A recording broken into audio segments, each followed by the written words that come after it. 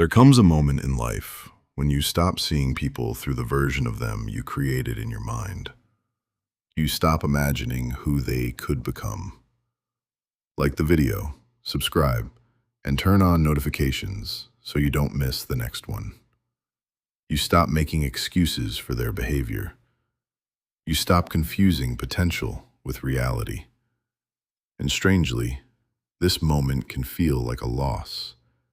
Because sometimes we don't fall in love with a person. We fall in love with the story we created about them. We see their kindness and ignore their inconsistency. We see their potential and ignore their actions. We remember the beautiful moments and minimize the painful ones. We tell ourselves, they are not really like this. They are just going through something. They will change. Deep down, they are a good person. But eventually, reality becomes louder than imagination. And that is the day you stop romanticizing people. Carl Jung's psychological ideas can help us understand why this happens.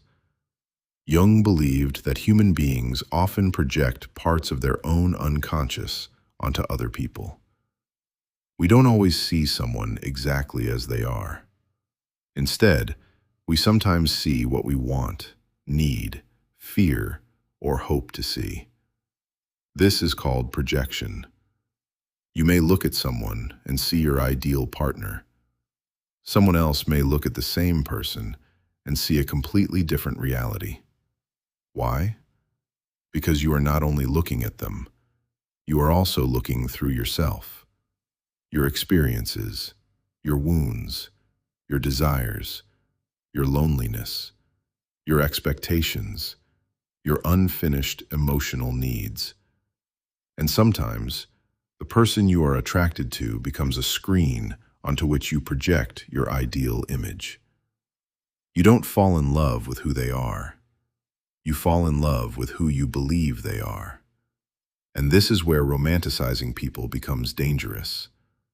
Because when reality contradicts the fantasy, you don't immediately let go.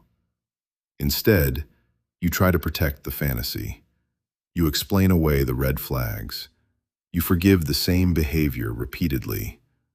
You interpret silence as mystery. You interpret emotional distance as independence. You interpret inconsistency as confusion. You interpret rejection as fear. And you interpret the smallest amount of affection as proof that everything you imagined was real.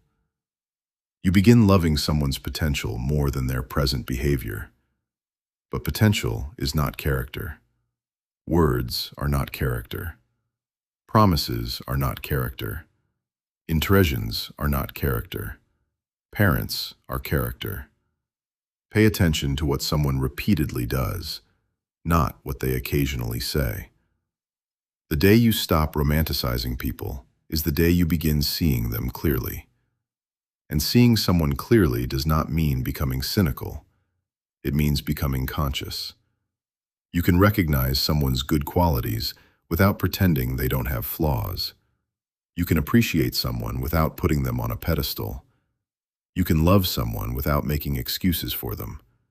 You can understand someone's trauma without allowing their trauma to become your suffering. This is emotional maturity. Because maturity is not learning to hate people when they disappoint you. It is learning to see them without illusion. And perhaps, even more importantly, it is learning to see yourself without illusion. Because sometimes the hardest question is not, why did they treat me this way?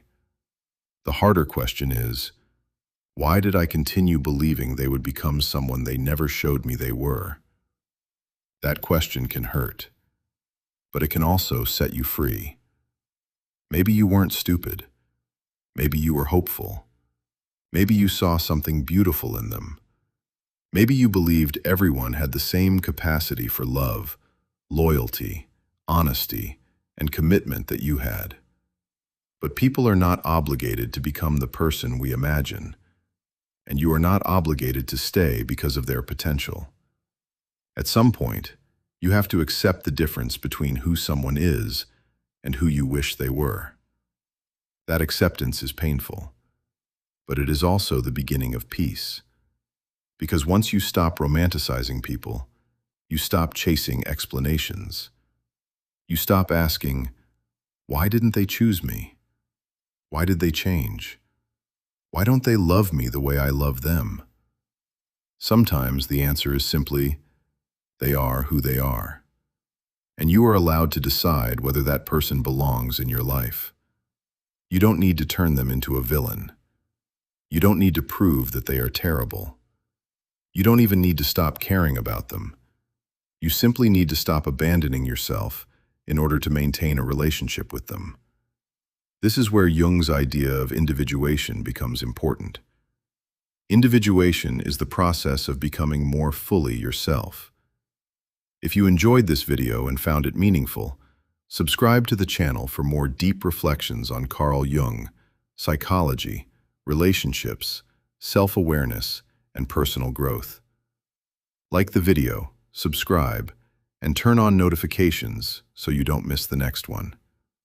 Thank you for watching, and I'll see you in the next video.